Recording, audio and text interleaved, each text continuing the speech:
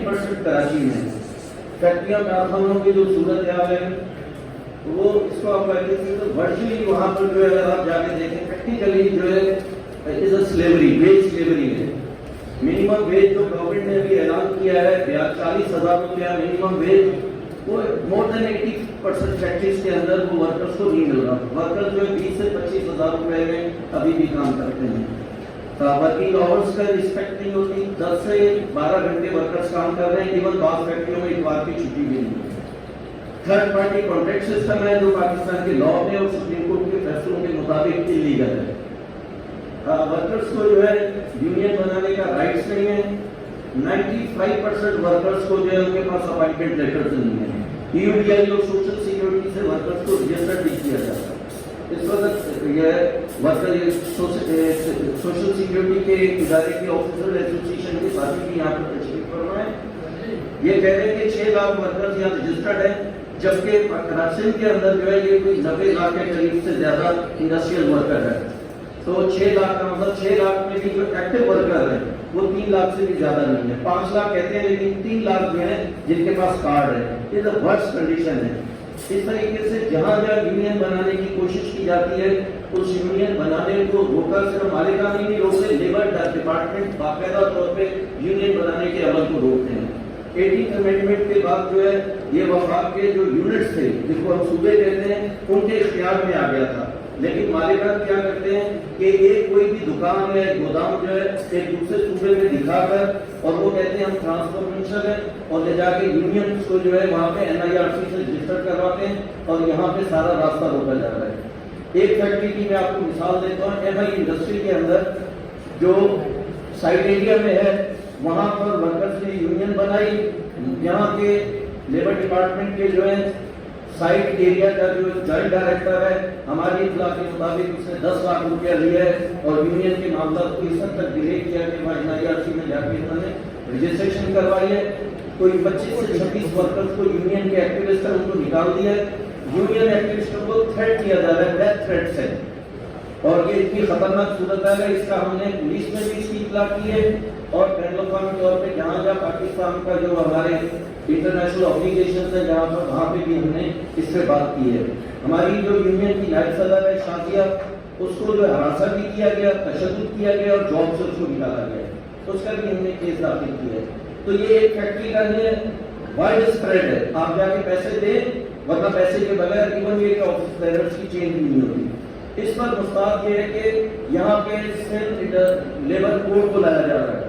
Sindh labour code کا نیا جو مسودہ 2 مہینے انہوں نے ہم سے بات چیت کی، ہم نے جو باتیں اس میں کہیں اب انہوں نے بغیر اطلاع کے اس کو لے جا کے انہوں نے کوشش کی ہے کہ اس کو ویٹ کروا کے اس کا جو لیجسلیشن اس پہ کر دی جائے.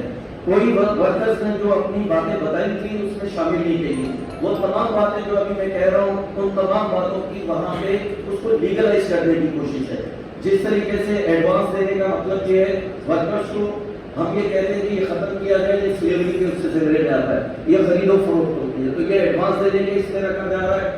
اس میں یہ کیا جا رہا ہے کہ کانٹریکٹ سسٹم کو لیگلائز کیا جا رہا ہے.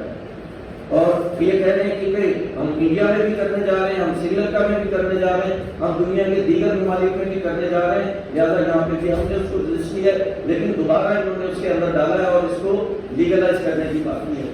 بس اس طرح کی بات یہ ہے کہ ILO جو پوری دنیا کے اندر یہ کہتا ہے کہ ہم یہ ٹرائیپارٹائٹ جو میکنزم کے تحت جو ہے لیبر لاز میں ریفارمس کی بات کرتے ہیں، وہ اپنے خود جو ان کے کنونشن اور اس کی خلاف ورزی کرتے ہوئے باہر سے انہوں نے ایکسپرٹ بلا کے ایک ڈرافٹ دے دیا اور اس کے اوپر ہم پہ مسلط کرنے کی کوشش کی جا رہی ہے. ہم اس کو مسترد کرتے ہیں جب تک یہ ورکرز کے ساتھ بیٹھیں گے نہیں، ان کے ساتھ ہماری ہم ان کو کسی بات کو اس لیبر کوڈ کے اوپر تسلیم نہیں کریں گے. اس لیے کہ لیبر کوڈ جو ہے یہ کالونیل ایرا کے جو ہمیں لیبر لاز ہے یہ اس کے بھی خلاف ہے. اس طریقے سے آج جو ہے ایک بہت بڑا ایشو ہے وہ ہے کہ ورکرز ویلفیئر کے جتنے ادارے ہیں اس میں مالکان 1 روپیہ نہیں دیتے. اس کو گورنمنٹ کا 1 روپیہ نہیں ہے. اس پہ امپلائر کے پیسے آتے ہیں اور گورنمنٹ کے نمائندے، ورکرز کے نمائندے اور جو ہے امپلائر کے نمائندے یہ بیٹھ کے اس کو گورنمنٹ باڈیز کے اندر چیزوں کو ریزالو کرتے ہیں. سیسی کی حالت بتائیے خطرناک حد تک خراب ہے. جہاں اس کے ہاسپٹلز ہیں اور اس کے جتنے ادارے ہیں اس کے اندر ورکرز کو جو ہے جعلی ادویات دی جا رہی ہیں، ڈاکٹرز موجود نہیں ہوتے، خطرناک صورت ہے۔ اس سے بھی زیادہ خطرناک صورت ورکرز ویلفیئر بورڈ کی ہے۔ ورکرز ویلفیئر بورڈ کے بعد 50 بلین سے زیادہ پیسے رکھے ہوئے اور اس کو ایڈہاک بنیادوں پہ اس ادارے کو چلایا جا رہا ہے۔ ایک سیکریٹری جو ہے وہ اگر 21ویں گریڈ کا ہے تو 20ویں گریڈ کی ایڈہاک پوسٹ کے اوپر بیٹھا ہوا ہے، وہاں کے سیکریٹری کو نومینیٹ کیا، پچھلے 6 مہینے سے بیٹھے ہوئے ہیں وہاں پر، اور اس کے پیسے کو بے دخل اور بورڈ کی مرضی کے بغیر اس کو استعمال کر رہے ہیں، اور ای بائک سے نام پہ 3 ارب روپیہ نکال رہے ہیں، 80 کروڑ روپے کے اس کے اوپر ایک دفتر ایسی جگہ پہ دیا ہے کلکٹن کے اندر جہاں ورکرز جا ہی نہیں سکتے۔ 80 کروڑ روپے کے اندر اگر آپ انڈسٹریل ایریاز میں گئے آپ کو بہت بڑا دفتر مل سکتا ہے، اور اس کی کوئی جو ہے فورینسک آڈٹ نہیں ہے۔ اسی طریقے سے انہوں نے ایک جو ہے پینشن اسکیم کے لیے انہوں نے کہا ہے، اس کے لیے بھی کروڑوں روپیہ رکھا ہے، جبکہ پینشن اسکیم جو ہے ورکرز ویلفیئر بورڈ کا جو مینڈیٹ نہیں ہے، اس لیے کہ یہ جو ہے پینشن اور ڈیتھ گرانٹ جو ہے یہ EODI دیتا ہے یا سیسی دیتی ہے، ان کے مینڈیٹ میں نہیں ہے، نہ ان کے پاس کوئی رجسٹریشن ورکرز کی اس طرح ہے۔ تو ایک بہت خطرناک صورتحال یہاں پہ موجود ہے۔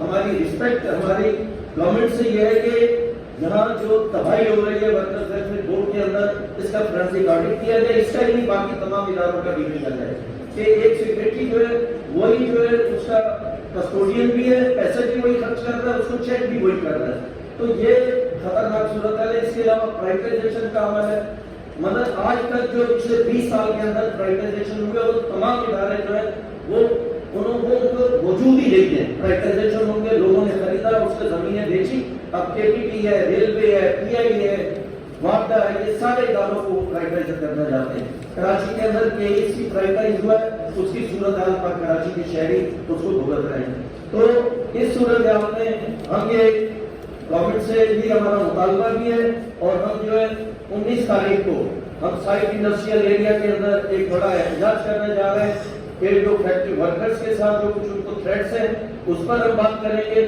اور فیکٹریوں کارخانوں سے باہر باقی جگہوں پہ جس طرح کے ورکرز ویلفیئر کے ادارے ہیں اس پہ بات کریں گے، پرائیویٹائزیشن پہ بات کریں گے۔ جس طرح میڈیا نے ایک بہت امپورٹنٹ رول پلے کیا ہے، آنیسٹلی میں ان کا بہت شکر گزار ہوں جنہوں نے ان مسئلے کو اٹھایا، اور اس کے نتیجہ یہ ہوا کہ بہت ساری چیزوں کو ہم روکنے کے قابل ہوئے ہیں، لیکن یہ رکی ہے، یہ ختم نہیں ہوئی ہے۔ ہم دوبارہ اس لیے سارے دوست جمع ہوئے ہیں کہ ہم ایک بڑی احتجاجی تحریک کی طرف جانا چاہتے ہیں۔ میں بہت سارے دوست بیٹھے ہیں، وقت نہیں ہوگا، میں 3 یا 4 سینئر دوستوں کو کہوں گا کہ وہ اس پہ بات کریں، اس کے بعد جو سوال آئیں گے تو ہم اس کا جواب دیں گے۔